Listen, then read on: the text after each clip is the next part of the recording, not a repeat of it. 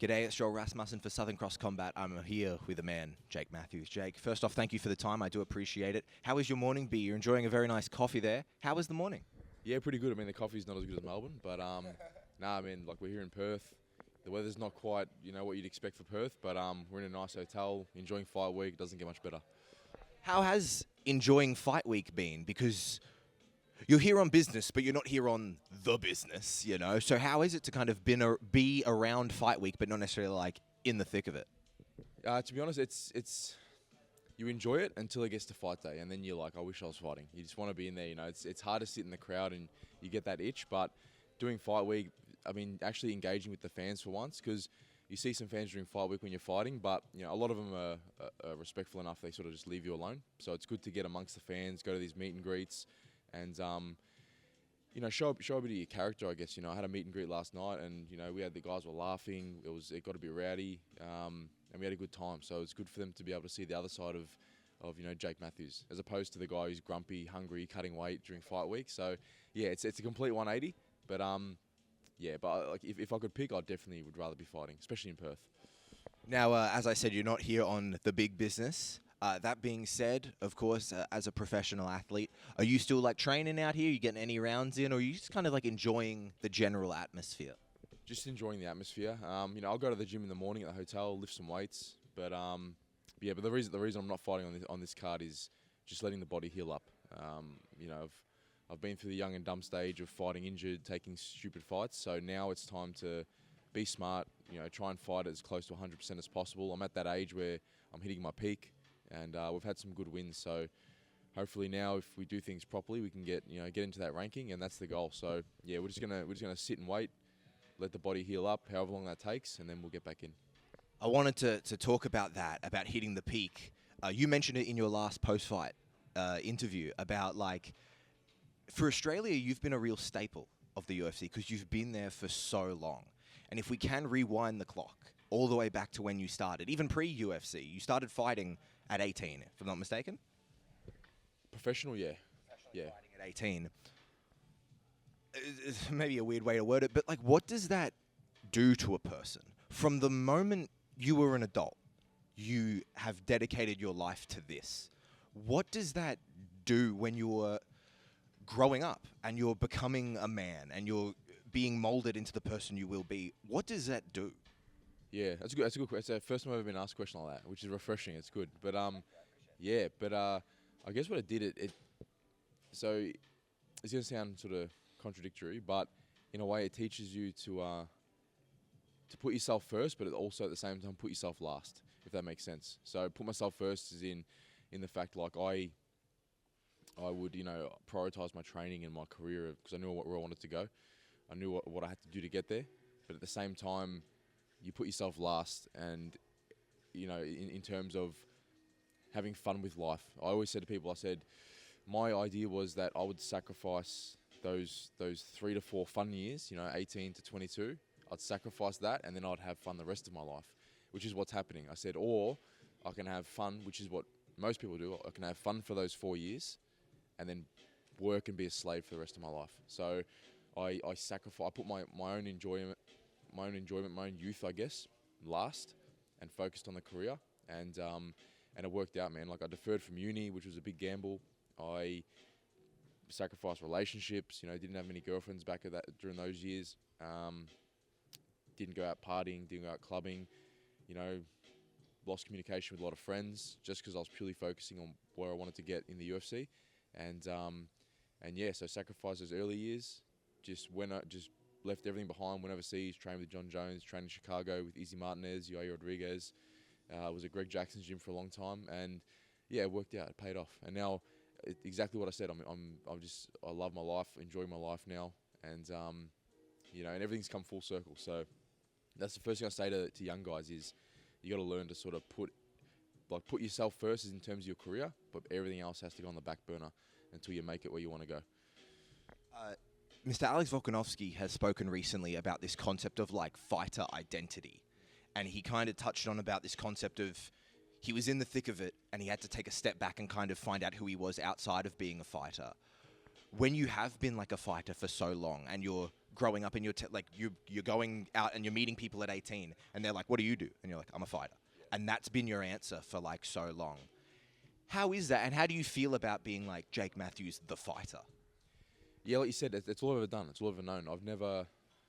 I guess I'm lucky in a way where whether I'm in the UFC or I'm not in the UFC, I'm a fighter. I was born fighter. I started fighting professional when I was 18. And the only reason that was 18 was because that was the legal age in Melbourne. I actually had a fight before that professional, but then I got found out that I was too young and almost got myself in trouble. But started fighting amateur when I was like 15, 16.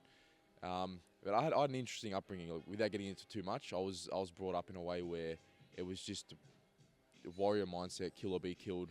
You know, I was exposed to a lot when I was young that molded me into the person that I am. So, yeah, like you said, it's my identity is that I'm a fighter. Whereas other guys, you know, I've never worked a job in my life. Not a single day. I've never had a tax file number that I've given to an employer for a job ever in my life. So I joined the army. That was for fun, and that was honestly just to keep busy during COVID. So even that wasn't for any sort of financial gain or because I needed to. And yeah, so whether I'm with the UFC or I'm somewhere else, I am just a fighter. So I think some guys struggle with that once because they were someone else in a previous life, they had a different job. They obviously probably got into martial arts a lot later in life. And I've met guys where they've had to retire from fighting. You know, it hasn't panned out, and they completely lose their sense of identity, who they are. It's like they're a fighter while they're fighting, and then afterwards it's like, what am I now? So yeah, I guess I'm lucky in that sense. I got into it so young. It's a double-edged sword getting into UFC so young. It's not going to be a quick journey to the top. It's more of a marathon than a sprint. So that's why I'm 30. You know, I've been in the UFC 10 years. You know, close to the ranks, but haven't got into the rankings yet. But like I said, I got in the UFC when I was 19, so I had to learn on the job, and you know, we're finally getting there now after 10 years. You mentioned just before about how to go all in on fighting, you left uni. What were you going to study? So I was studying sports science actually.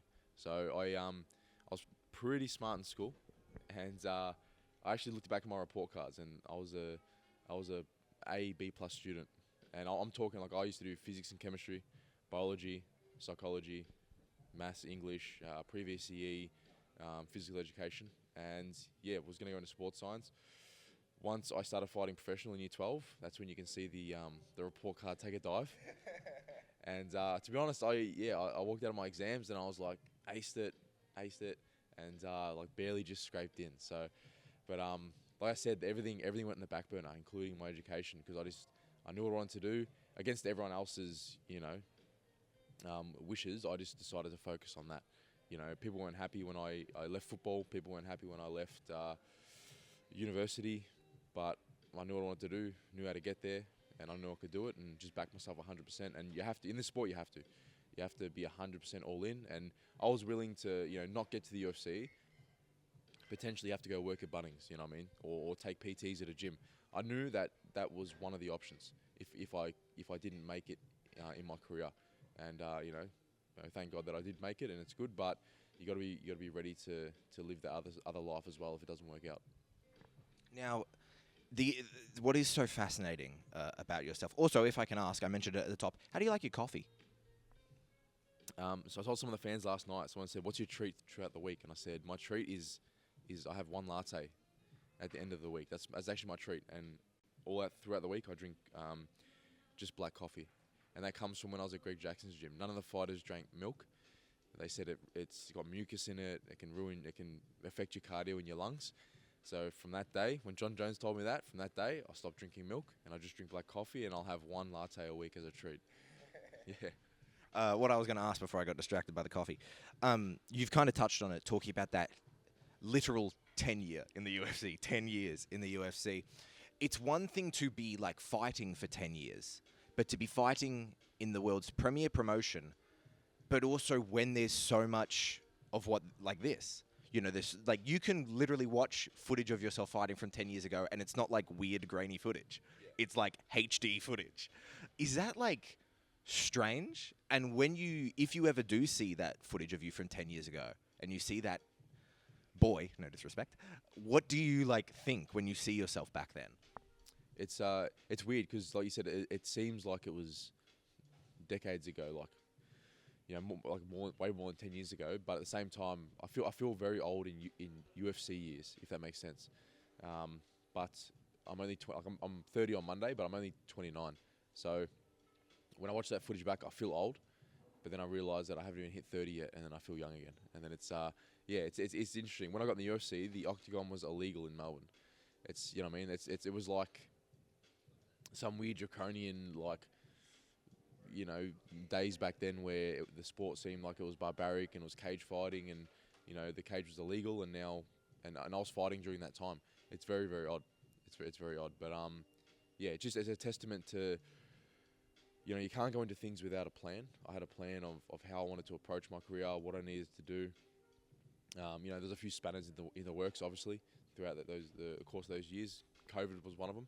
But I say to guys, you need to understand, first sit down and know what you have to do to get there, plan out how you're going to do it. And then the biggest thing is, once you get to the UFC, and this is Sean Shelby's words himself, it's the easy part is getting to the UFC, the hard part is staying there. So I've well and truly, mastered the hard part of staying in the UFC. So when I tell the young fighters this, a lot of guys, they like to think they can run their own show and they know better. But at the end of the day, number one, I got to the UFC. Number two, I've stayed in the UFC, which is the big part. So it's not by chance. So when guys like myself and other experienced fighters give younger fighters knowledge, they really need to listen to what we're saying, because it's definitely not by chance that we're still here after so long. Last question about the past, because we won't stick in the past. But you talked about kind of you had the plan and there was some spanners. I can ask this question because it all worked out.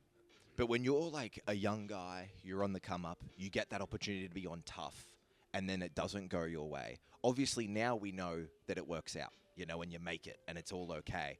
But at that moment, what is that feeling like? Because it's the biggest opportunity and it doesn't work out for you. Yeah. So very good question. Because you got 5 minutes to grieve, and I remember I went into the. It was in a massive warehouse that was the UFC gym in the middle of nowhere in Canada, and I went into the little portable toilet. I had a little sook for 5 minutes. Realized that I still have a microphone on. I'm like, fuck, they're gonna have the audio of me crying. And I walked out, and I go, all right, what's next now? Where do we go from here? Like, my dream's not finished. This is not the end. So you need to just really get over the grieving period quick and make a decision. Like, am I going to continue or I'm not going to continue? If you are going to continue, the biggest thing, when my guys lose their fights, the first thing I say to them, I go, or let's say the coach is yelling at them. Worst thing you can do. First thing I say to the coach or to the fighter, do you have a time machine on you right now? No. Okay, then there's no point dwelling on it. I said, if you want to continue doing this, figure out a plan, what's next, and then we just dive straight into it. So that's what I did. And for me, that was going to America, training at Greg Jackson's gym, making the connections with the UFC guys, talking to Sean Shelby, emailing Sean Shelby, making sure the UFC, my name was still in the back of their mind. And I came back home to Australia. There was a guy that is actually the famous question mark head kick knockout from Izzy. So that guy, Stu, there. So he'd been calling me out for a while, and Stu's a good guy. We get along really well now. But I said he was a weight class up from me, and I said, you know what? I said he was like hot shit at that time. He was doing really well. I said I'll fight him. I said I'll get the win, and then I'll say to the UFC like now I'm ready. And I went to train in America, came back, fought Stu, got the highlights, sent it to Sean. Sean goes, all right, leave it with me. Me and Dan Hooker were going to fight on a headline. Me and Dan Hooker were going to fight each other on a main event on a show in Melbourne. And I think we were like 3 or 4 weeks out from the fight, and the UFC emailed both of us and said, you guys are going to be on UFC Auckland. So then that fight was obviously canned. And but like I literally, in my head, I said, I'm going to go to America, train with the big boys. I'm going to come back home, get a solid fight. I think it was for a belt as well, so obviously that adds to, it looks good. Solid fight, sent it off to Sean, and that's what I did, and it worked out, and then I got my shot in the UFC. So like I said, you need to sort of see it in your head and know how you got to get there and stick to that plan. Because it's you gotta look at it as like a business. Like no one becomes a millionaire, no one becomes successful in business without having a plan. It's the same in athletics. It's you gotta have a good team around you. You gotta have your head screwed on right. Got to be able to plan things out, see ahead, and implement it.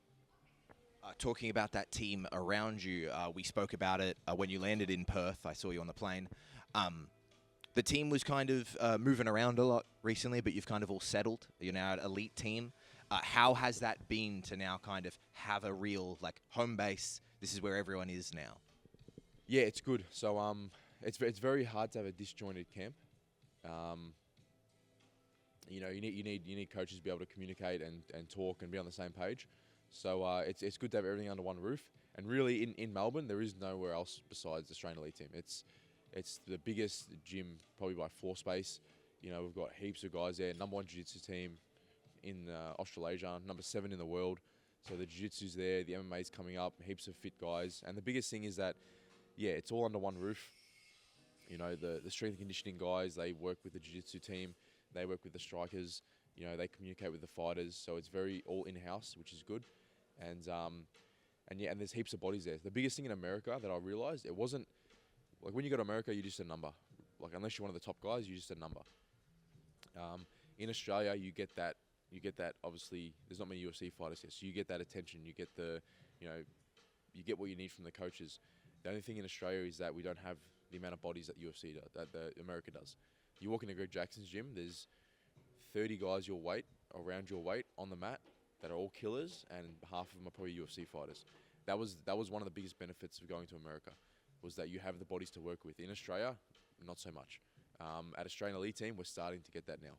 I can pick one of 10 guys that are around my weight, that are young, fit, hungry, and are skilled enough to be able to push me in training. So it's a good atmosphere to be in, and I think in the MMA space in Australia, you're going to see AET in the next 5 years be one of the gyms that dominate. Now, of course, I do have to ask this question. You mentioned it kind of earlier. Not fighting this weekend, you're letting the body heal up again. Is there a timeline? Do you kind of have an idea, like a rough idea of when you'd like to be back? Yeah, so like I said, everything's planned out. Like I'm a very methodical person, so if something changes, then the timeline gets pushed back. So after the last fight, okay, we're going to try for Perth. We did what we could, obviously due to injuries, and they had to get pushed back. And then we thought, okay, Abu Dhabi, October. So that was we had our sights set on that. Just something in the future that we can train for and get ready for. That's the sort of point of having that timeline. Now that's not going to work out. And then I've just seen that Macau, China, has been released for November. If that's the next goal, I guess, is try and get ready for that one. China's not too far away, I guess. It's somewhere in the world I haven't been before. A good benefit of fighting the UFC is you get to travel, see the world. So potentially we could go to Macau, but if that doesn't pan out, then there won't be a fight this year. And that's just that maturity coming in, saying, like, if we're not 100%, we're not going to fight. I mean, you're never 100% going into a fight, but the injuries that I'm carrying at the moment, you're talking like operating at 50%. So yeah, we're just playing it smart now, resting up. So yeah, the next goal would be China, and I've always wanted to fight in China, so it'd be awesome. Maybe a rematch with Jing Liang. Yeah, if he gets a good win, we should headline China. It's only a fight night, you know what I mean? That'd be cool. We talked earlier, about... I told you we weren't going to look in the past anymore. I lied. One more question about the past. Well, it's kind of about the present as well. You talked about how you're always keen to fight, but at this point, you need to be smarter with it. And I think earlier in the interview, you said you've kind of had like the young, dumb part of your career. When you do, as I mentioned before, kind of look back and see that guy who's just entered the UFC, both in a mentality way and also in like literally what you're doing, how has it changed? Did you not care about recovery as much back then? Like, how has it changed, and how have you matured as a fighter? You're just stubborn, you know what I mean? And there's some fighters that they never grow out of that. And it's you need to go through those hardships to understand yourself. So for me, it was, first it was cutting weight to lightweight. So that was my first sort of battle, spanner in the works. Obviously, 19-year-old. Body's still going to develop over the next few years, so I could make lightweight.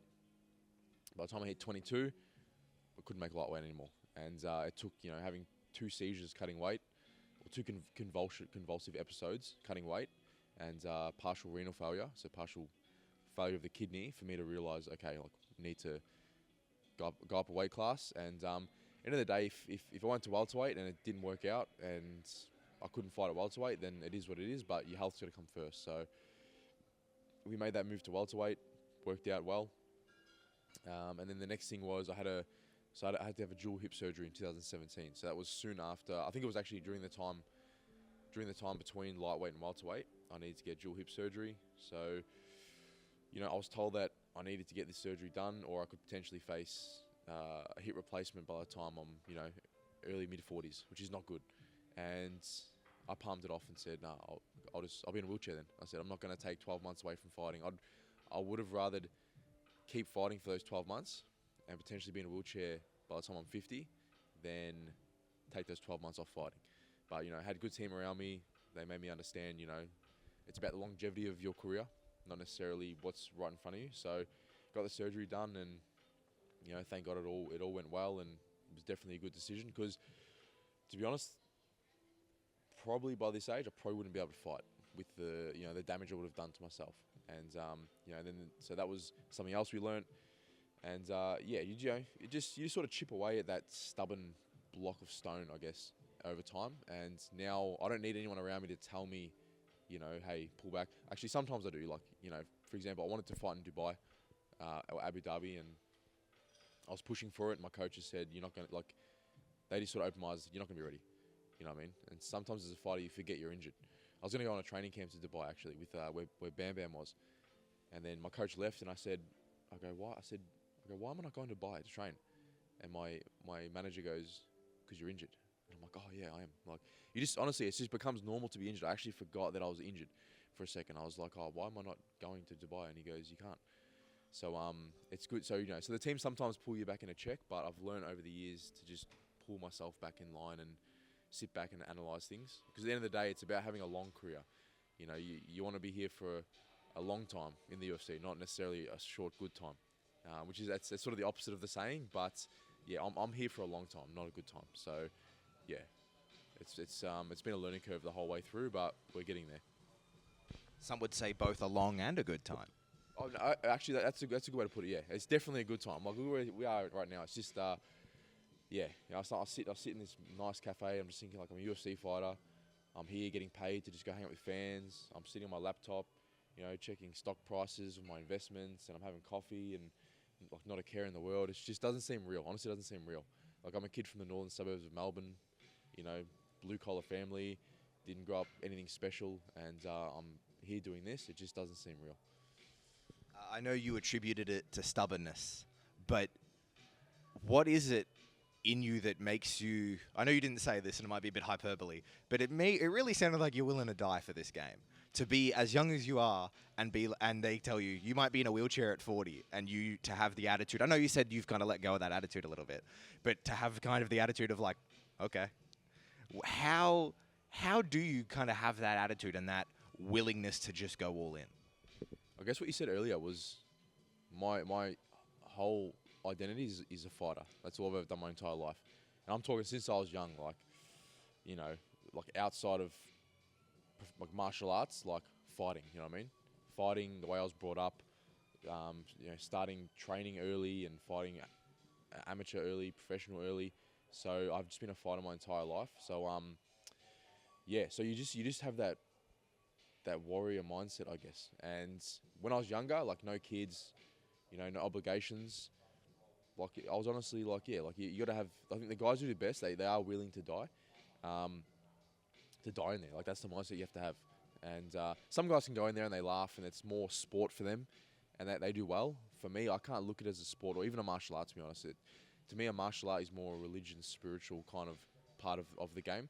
Whereas when we're in there, it's 100% war, it's battle. Like, some guys say, like, they imagine their kids behind, and this guy's trying to get to my kids. Like, that's the kind of mindset, yeah, some guys have, and I sort of thrive with that mindset as well.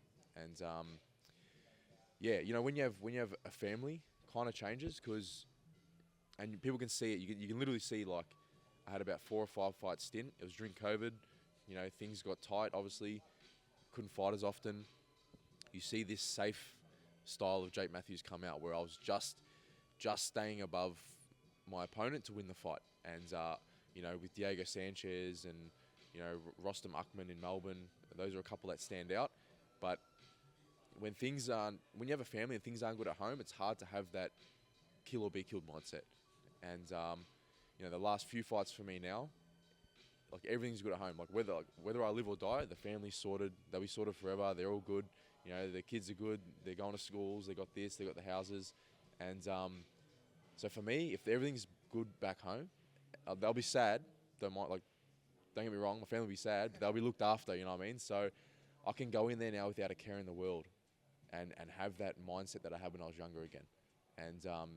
And with me, it's very evident. You can see a big difference in, like, those fights where I was playing it safe compared to the fights now where I just let loose a bit more. And people say, they go, man, you're a lot more aggressive now. It's like the old young Jake's coming back a little bit, and it's got to do with that. So for me, having everything dialed in outside of fighting, because people don't understand, like, fighters are normal people. So a lot of the times when these guys lose fights, and you sort of like, oh, they looked off, or, you know, Izzy and Strickland, for example, like, you don't know what's going on in Izzy's life. He doesn't get locked in a cupboard until the next fight. He's a real person, real family, real issues. You don't know what's going on, and a lot of the times it's probably outside, you know, factors that can contribute to a fighter being off on that fight or not. And for me, it's definitely been the case. But you're not going to turn around and say that, because if you step in there, you're willing to fight, and you're telling your opponent you're 100%. But yeah, I think for a lot of fighters, having things dialed in family life, things outside of fighting, helps you have that mindset in the fight. And yeah, and that's where it's got me now. So I'm at the point, again, back at the point where, you know, I have that mindset. I'm happy to die in there. We talked about how nice it is to be here, and you said it yourself, for yourself. You know, you get to wake up at a lovely hotel, have a really nice coffee, check your stocks, and that's awesome for within yourself. But as someone who came up suburbs of Melbourne, you know, just kind of okay, you know, to be able to provide that for your family, and to be able to bring kids into the world and have them taken care of, and have a wife who's taken care of, what does that mean to you? That's my main goal. Like, so people go, oh, do you want to be a champion? And I always give, like, a weird answer. Like, people look at me and they're like, oh, does this guy not want to be a champ? Like, doesn't want the belt? But to me, I can't sit there and say, like, oh, my sole goal is to get the championship, to get the belt, because it's not. My sole goal is exactly what you said, to provide for the kid, which it should be everyone's primary goal, is to put food on the table, provide for the kids. You know, I want all my kids to be able to not worry about what career they're going to pick when they're older. They're going to be looked after regardless. I want them to go and be able to do whatever they want. If my daughter wants to be an artist that makes no money, but that's her dream to go and chase, she can do that because of me, because of what I'm doing now, and I can look after her. And I'm you know, definitely on the right path to getting to that point. But yeah, so it's. So I sort of lost track a little bit. What was back to the question here? Just talking about how growing up and maybe not having the best opportunities, and now being able to provide for the family was kind of the topic. So in doing that, that's what I was trying to get to. So in giving that life for my family, then a belt should come, right? Because to me, a belt's here, providing for families up here. So if I reach that point of what I want to achieve with my family, then a belt should come with that. And that should be everyone's primary. I think that there should be no more motivating factor, especially for a father, than to provide for your kids. And that's going to force you, at the end of the day, a belt's, it's cool, it's a title. Once you lose that belt, 6 months later, no one's going to remember you anyway.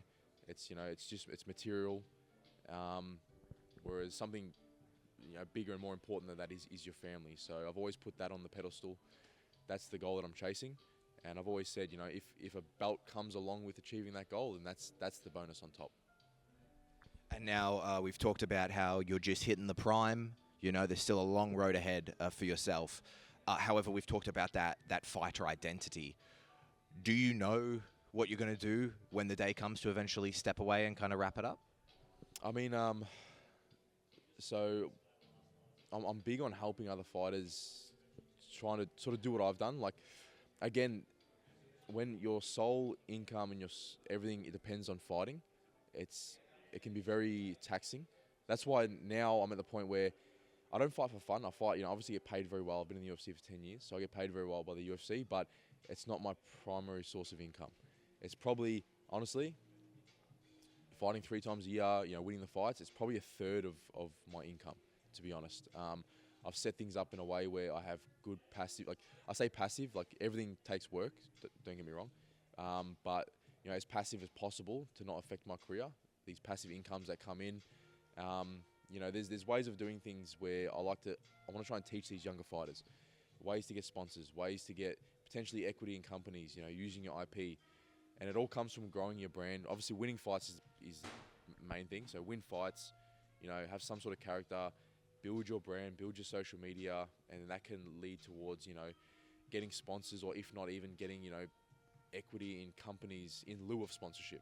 Because if you have equity in a company, you're actually invested in the company, and you're going to want to put effort into the company to help it grow. And the results you're going to get back is what you put in.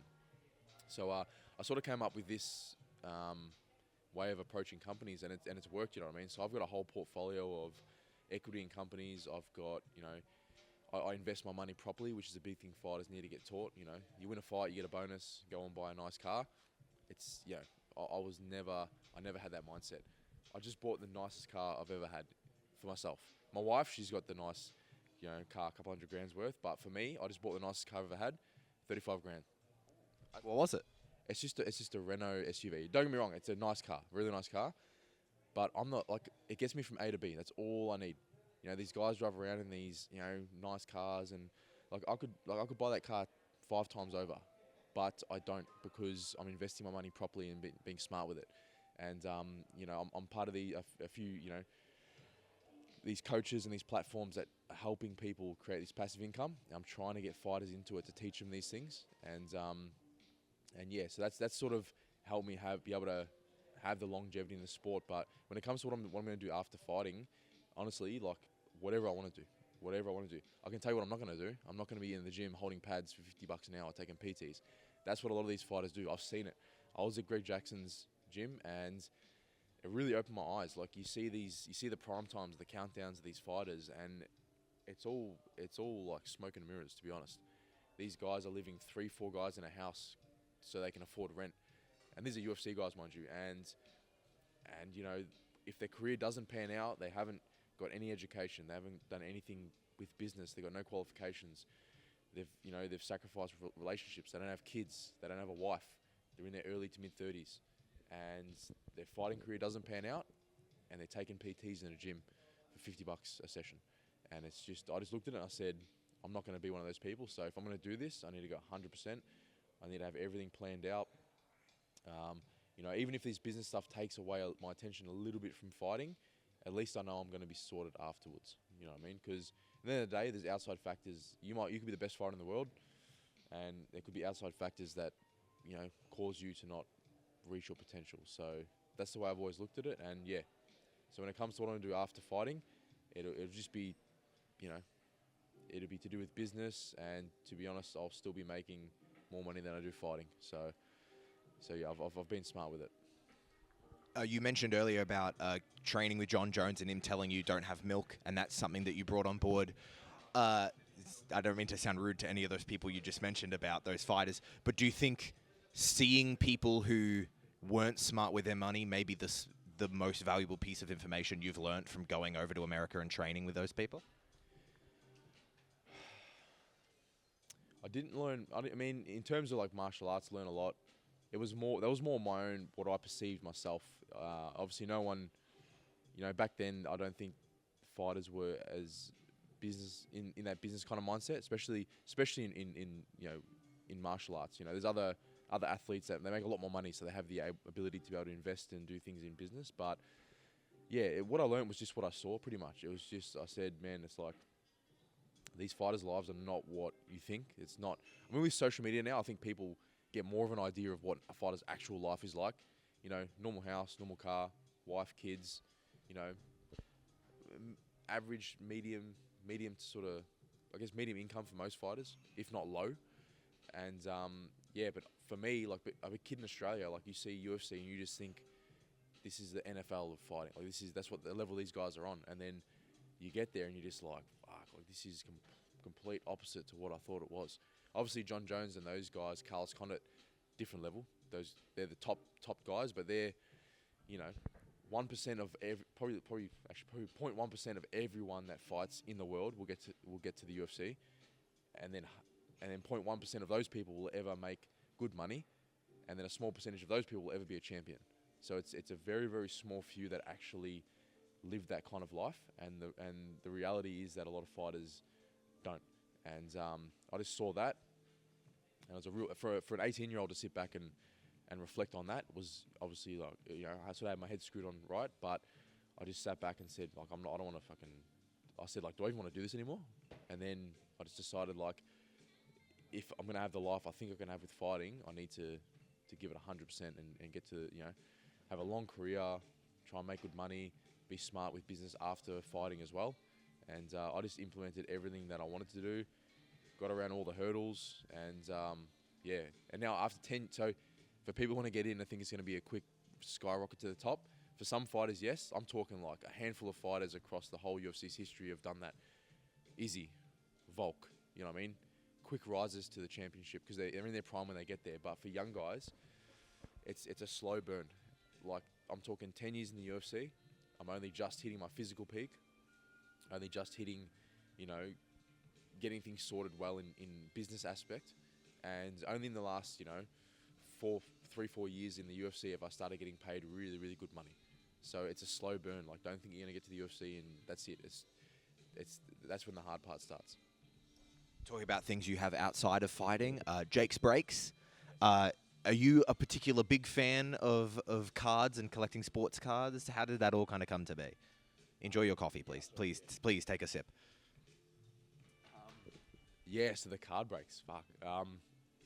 Even the UFC shared something on the card breaking, which was cool about Jake's Breaks, and I said it was big business, and it is, but it's not even the business. Honestly, like, all the guys that are involved, me and my two associates, like, we haven't taken $1. Like, this is honestly started as a hobby. It still is a hobby.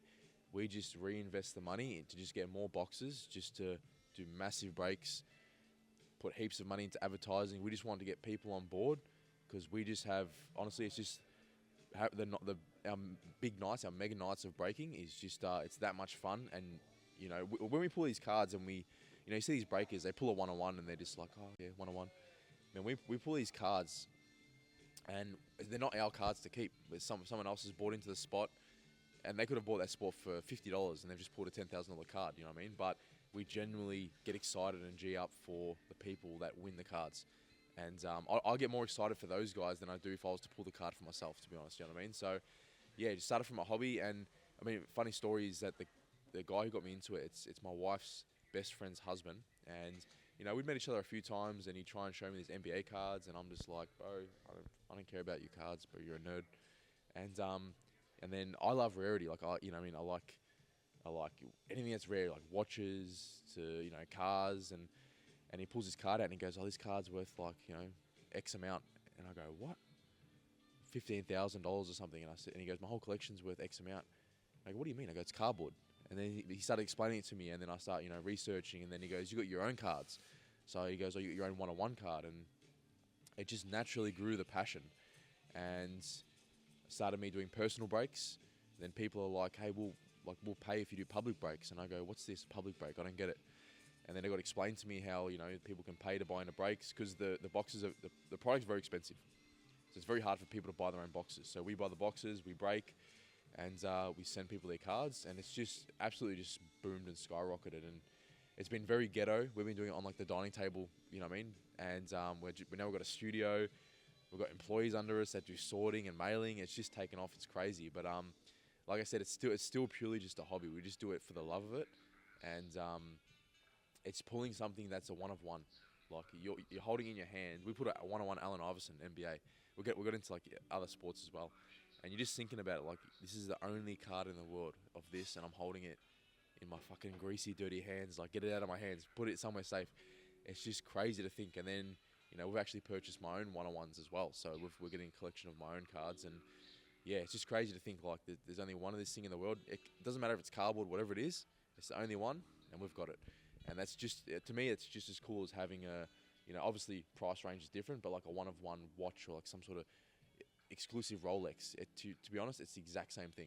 and we just love it. So yeah, it's taken off, and anyone wants to jump on, it's called Jake's Breaks. Find us on Instagram, and yeah, we'll be around for a long time. That link will be in the top of the description of this video. On top of that, you mentioned it yourself, you've kind of getting a collection of your own cards. What is it like to open a box and it's you? Like you open it, you're like, oh my God, it's me, a limited edition me. Yeah, it was surreal. I mean, for me, like I see the card, it's cool, but it's just me. Like, you know what I mean? I know I'm just, like I said, I'm just a kid from the northern suburbs of Epping, in Melbourne, and like I'm no one special. So I definitely like pulling like other fighters, like big cards. You know what I mean? But it is cool. Like I said, just the fact that it's a one of one in the world is cool. But I'd much rather pull other fighters' cards, and yeah, it's more the other partners in the business. They want to collect my collection because, you know, Jake Matthews having the whole rainbow set of his own cards. It's pretty cool. But yeah, it was surreal at the start. Like I didn't really understand the gravity of what those cards were, like my own cards, until people started, you know, my mate started saying like, bro, this is like, you don't understand like what this card is. It's the only one in the world, and you know, and then, you know, he'll show me the price. Someone's trying to sell it for $5,500 US. I'm like, bro, I wouldn't pay $20 for my own cards, to be honest. Like I wouldn't, and he's trying to sell it for $5,500 US. Just but as I got into the hobby, I started understanding why it's so special. And at the end of the day, it's something that's always going to be tangible. You can always touch it and put your hands on it. I guess it's why NFTs failed. As much as people thought it was cool, it's not something you can hold. You know, that one of one card in 200 years, if it's looked after, it'll be a 200-year-old one of one that will never get replicated. It's just it's cool to think of. And finally, we are in town for UFC 305. I'd be amiss if I didn't ask you, what are your thoughts on the main event? Yeah, I mean, I love Izzy. I remember it's kind of embarrassing to say now because of where he is, but we're at a Hex, local Melbourne show, Hex, and I went at the back, and Izzy actually asked me to get a photo. He said, I'm a fan of yours. I was actually a fan of his because he was still well known, but Izzy actually he asked to get a photo with me, which was pretty cool. And then to think where he is now, like, yeah, it's kind of embarrassing because I'm the one who is a fan of his. But I've always been a fan of Izzy. Always love to see him get the win. Obviously, at the end of the day, I'm a realist. If people really want to know my opinion, I think if it's going to be a finish, it's going to be Izzy. Izzy can definitely catch him. I do think Dricus will try and put the pressure that Strickland put on Izzy. I think Izzy's learned from that fight though, so that's why I think it's not going to be the same type of fight. Similar type of opponent in terms of the pressure and the fitness, but I think Izzy's going to try and land the big shot. He can definitely get it done. I'm leaning more towards Izzy getting a finish, but if Dricus does win, I think he's gonna grind it out. It'll be a 5-round he'll just try and gas Izzy out for 5 rounds and he'll get a decision win. But I'm leaning more towards Izzy getting the finish. Jake Matthews, I thank you so much for the time. It was a real pleasure to talk to you today. Enjoy the rest of your coffee and safe travels back to